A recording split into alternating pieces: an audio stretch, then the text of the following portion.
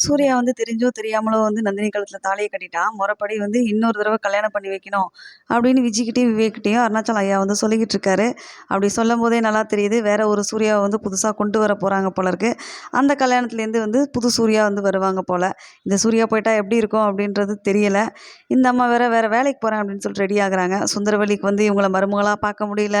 நந்தினிக்கு வந்து அந்த வீட்டு மருமகளா இருக்க முடியல. சூர்யாவுக்கு வந்து நந்தினிய வந்து ஒய்ஃபா இன்னும் பார்க்கல அப்படின்னு சொல்லிட்டு பல குழப்பத்துல வந்து மாமனார் வந்து இருந்துட்டுருக்காரு. அவரோட நல்ல எண்ணம் வந்து ரொம்ப புரியுது. இந்த பக்கம் வீட்லயும் வந்து வேற வீட்டு வேலை செய்யணும் அதுன்னு சொல்லிட்டு கல்யாணத்துட்டலாம் சொல்லும்போது, "ஏம்மா நீ இந்த வீட்டு மருமவ, நீ வந்து வெளியில வேலைக்கு போறியா? உனக்கு வந்து அறிவு இருக்கா இல்லையா? வச்சு வாழ தெரியுதா இல்லையா?" அப்படின்னு சொல்லிட்டு சொல்லும்போதே, இவங்க வந்து அந்த வீட்டுக்கு கிளம்பி போறாங்க. விஜய்கிட்டயும், விவேக்கிட்டயும் வந்து ஹெல்ப் கேட்க. மொறப்படி கல்யாணம் பண்றதுக்கும் சில சர்டிஃபிகேட்லாம் வேணும்ல. அதெல்லாம் தான் வந்து கேட்டிருந்திருப்பாங்க போல இருக்கு. அத தான் விஜய் வந்து நீங்க கேட்ட அத்தனையுமே வந்து மொபைல்ல அனுப்பி விட்டாங்க அப்படின்னு சொல்றாங்க போல இருக்கு. என்ன கேட்டிருக்காங்க அப்படின்னு தெரியல. அவர் அத கல்யாணத்துக்காகவும் யூஸ் பண்ணிப்பாரு.